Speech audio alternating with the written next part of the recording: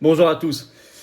Les covidistes se mangent entre eux, s'entre-déchirent, comme s'il y avait une espèce de justice immanente, vous savez, celle qui établit un lien nécessaire entre une mauvaise action et sa sanction, à plus ou moins long terme. Eh bien, on y est. Alors, en attendant la vraie justice qui avance, dans notamment beaucoup de pays, et en France aussi, vous allez voir. Mais là, on voit une espèce d'explosion, d'implosion du camp covidiste. Ils se déchirent tous les uns les autres, ils s'accusent, ils se traînent en procès, etc. Bon, bah écoutez, on va pas pleurer dessus. Je vais vous expliquer ce qui se passe. Moi, je crois profondément que c'est un clan qui a dit et fait des choses terribles. Pendant des mois, on a beaucoup parlé sur cette chaîne, on a beaucoup manifesté, et ça n'est pas fini, puisqu'il reste notamment la vérité et la justice sur les fameux effets secondaires des injections, et la responsabilité de tous ces gens-là. Mais en tout cas, ça fait plaisir de voir qu'il y a une espèce effectivement de justice déjà immanente. D'autres diront le karma avant la vraie justice, et on ne lâche pas l'affaire vérité, justice, on ne lâche absolument pas l'affaire, c'est même au cœur de la liste pour les élections européennes que j'ai l'honneur de conduire, liste de coalition des souverainistes et des résistants, Frexit, Liberté, Paix, Vérité. Personne d'autre n'en parlera dans cette campagne, et surtout personne n'a agi comme nous l'avons fait sur tous les terrains, et nous le faisons et on ne lâchera pas l'affaire. Le 9 juin, si vous votez pour notre liste aux européennes, c'est aussi pour ça, la vérité et la justice, que vous votez, et que vous soutenez, et à qui vous donnez un élan. Alors, n'hésitez pas à partager cette vidéo, pour ça, lui donner de la force en vous abonnant à cette chaîne YouTube. Un petit clic sur s'abonner en dessous, c'est très important. On fera un événement ensemble très bientôt pour célébrer les 500 000 abonnés sur la chaîne. Largement la plus grosse chaîne politique de France en nombre de vues, d'abonnés, de dynamisme, de nombre de vidéos. Mais continuez de vous abonner ou de réabonner si YouTube vous a désabonné. À vous de vérifier, c'est un petit clic, c'est gratuit. C'est très important pour que les vidéos soient bien diffusées, que YouTube les recommande. Plus vous êtes abonné, plus YouTube les recommande, et on va toucher les personnes qui ne nous connaissaient pas encore. Merci à vous. Nos grands rendez-vous.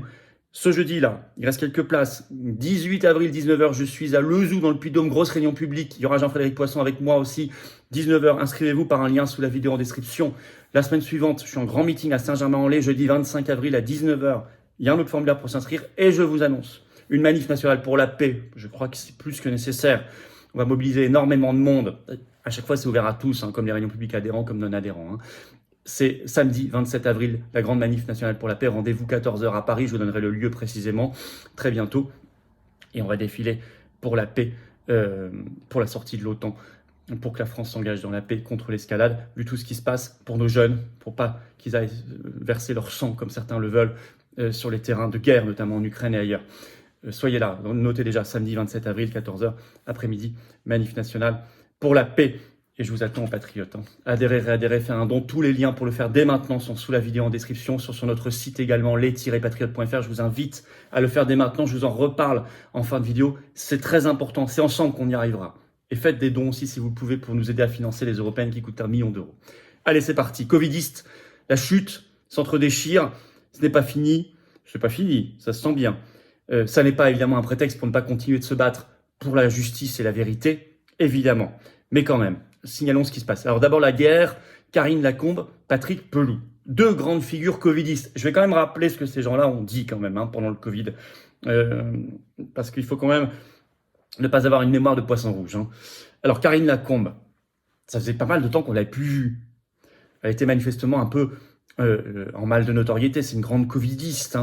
Elle sort un livre, Les femmes sauveront l'hôpital, et elle a donné, ce 10 avril, une grande interview à Paris Match contre Pelloux, où elle lance un pavé dans la mare. Alors, je vais d'abord vous rappeler son palmarès covidiste à Karine Lacombe, qui a été décorée, vous le savez, de la Légion d'honneur pendant le Covid. Le 6 mai 2021, tout ça est encore en ligne, sur BFM TV, elle déclarait « On sait maintenant que le vaccin prévient la transmission du virus ». Le 8 septembre 2020, sur RTL, Karine Lacombe déclarait « Le virus n'a pas muté, il n'est pas moins dangereux ». L'histoire donnera ici raison au professeur Raoult, qui lui disait qu'évidemment il mutait. Et il s'était battu pour faire admettre la mutation du virus. 30 avril 2020, Karine Lacombe déclarait « Le remdesivir, un traitement encourageant, mais pas un remède miracle ». Remdesivir, vous savez, des laboratoires Gilead. C'est ce qu'elle déclarait sur RMC. L'histoire donnera ici raison aussi au professeur Raoult et à d'autres, qui ont alerté très tôt sur ce produit de Gilead. Voilà, il y a d'autres déclarations de Karine Lacombe, mais je vous en citais quand même quelques-unes, n'oublions pas. Donc, je disais, Paris Match, grande interview le 10 avril, MeToo à l'hôpital, Patrick Pelloux dans la tourmente. Patrick Pelloux, un autre grand covidiste. Alors, elle s'est trouvée une nouvelle cause, après Gilead et Pfizer. Alors, elle l'accuse, je vais vous lire un extrait de ce que dit Karine Lacombe. C'est pas le centre ici de la vidéo. Et d'ailleurs, moi, je ne vais pas sur le fond des accusations, j'en sais rien du tout. Si la justice est saisie par les uns et les autres, c'est la justice et à elle seule de dire la vérité et éventuellement de condamner. C'est même pas là-dessus, c'est pas sur ce terrain-là que se place ma vidéo, mais je signale quand même que ce sont deux grands covidistes. Alors, ces accusations, l'auteur, je dis, de Les femmes sauveront l'hôpital aux éditions Stock, s'est rappelé dans les colonnes de Paris Match de l'urgentiste qu'elle a côtoyé à l'hôpital Saint-Antoine à Paris, et de son comportement empreint de domination sexuelle, et ce dans une totale impunité. Ce sont des citations. Selon elle, après avoir repoussé ses avances, le harcèlement sexuel se serait ensuite transformé en ostracisme patent et plusieurs épisodes d'humiliation permettant de réunir les ingrédients du harcèlement sexuel et moral. Fin de citation. Alors, Pelloux lui a répondu dans Paris Match aussi. Je vais quand même vous lire ce qu'il a dit. Il a de fait réfuté toute agression, reconnaissant seulement des gestes déplacés. Ce que nous disions, ce que nous faisions est infaisable aujourd'hui, c'est sûr, mais on rigolait bien, a-t-il dit, avant de préciser qu'il allait être obligé de coller un procès à Karine Lacombe. Et en effet, sur son compte Instagram ce 14 avril, il a parlé de diffamation. Résultat, il y a un appel à témoins lancé par le syndicat des internes des hôpitaux de Paris. Donc, BFM TV en parle le 12 avril.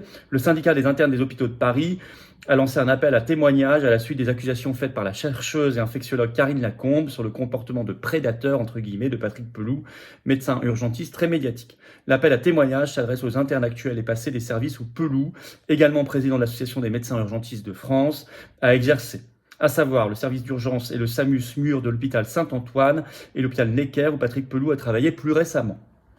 Donc ça y est, c'est enclenché. Alors, encore une fois, je ne me prononce pas sur le fond, j'ai aucune information précise là-dessus. Je n'en sais strictement rien et c'est éventuellement la justice, si elle est saisie par l'un ou l'autre, de dire ce qu'il en est, dans un sens ou dans l'autre. Mais en tout cas, la pierre est jetée dans le marigot covidiste et c'est ça qui m'intéresse.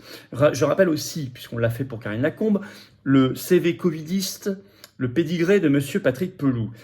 Par exemple, il déclarait sur Europe 1 le 6 juillet 2022, tout ça est aussi en ligne, il faut instaurer la vaccination obligatoire dans le recrutement des soignants. Il avait déclaré dans le Figaro, au même moment, on va devoir rendre le vaccin obligatoire pour tous. Et même BFM TV, le 2 janvier 2022, je cite, il se déclarait pour la vaccination obligatoire pour les enfants. Rappelons-nous quand même de tout ça. Et Karine Lacombe annonce qu'elle va balancer d'autres covidistes. Figaro interview qu'elle a donné le 14 avril, je cite Karine Lacombe, j'ai reçu beaucoup de témoignages avec des noms connus dans le monde de la santé. Bon. Écoutez. Un autre nom, et même deux, qui sont aussi en ce moment Michel Simès. On va rappeler aussi son pédigré covidiste dans un instant.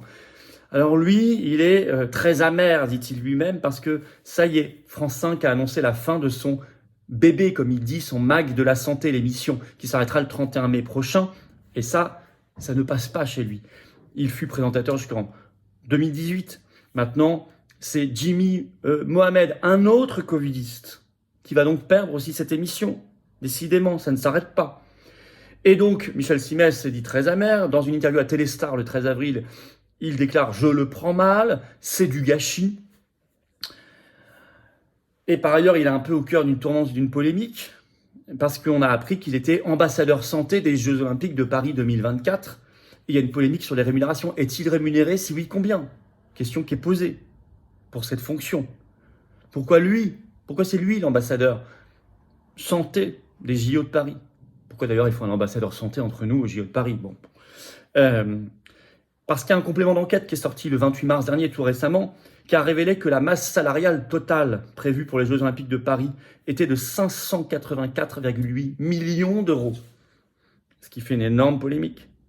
584,8 millions d'euros, la masse salariale totale des JO de Paris. Et il y a quelques salaires de hauts dirigeants des JO qui sont déjà sortis choquants. Je rappelle le CV covidiste de Michel Simès. France 2, tout ça est encore en ligne, 12 octobre 2021, sur les non-injectés, dont je fais partie, et sûrement pas mal d'entre vous, même si ici on accueille tout le monde comme dans les manifs, on a toujours accueilli tout le monde, injecté comme non-injecté. Mais en tout cas, sur les non-injectés, il déclare « Il faut qu'ils se regardent dans la glace le matin en disant « Oui, je peux tuer des gens dans la journée ». C'est une violence. Il les a traités dans d'autres interviews d'égoïstes, de criminels. Même si CNews nous l'avait appris le 21 novembre 2021, le titre « Michel Simès atteint du Covid-19 malgré 2 doses de vaccin ». 3 petits points. J'ai le sentiment que ce n'est qu'un début dans la mare au crocodile covidiste. Qu'un début. Vous voyez, j'ai déjà cité 4 noms. Lacombe, Pelou, Simès, Jimmy Mohamed. Il y en a d'autres. Le karma, je disais, certains diront, la justice immanente. Oh, attention, la vraie justice à l'avance. Vous savez, je suis le premier responsable politique qui a parlé dans une vidéo il y a plusieurs semaines des RKI Files, comme on dit, les dossiers en allemand du Robert Koch Institute, l'Institut Robert Koch.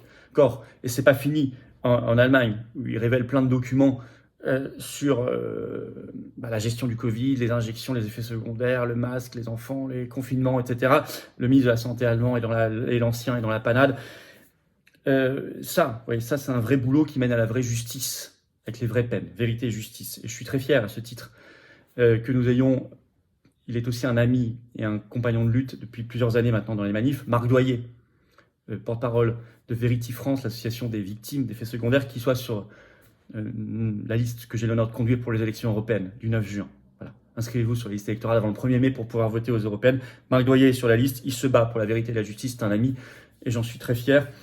N'hésitez pas à partager cette vidéo, très importante. N'hésitez pas à mettre aussi du baume au cœur pour ceux qui veulent. On se réjouit jamais du malheur des autres, mais on aime quand il y a un ordre et une justice du monde.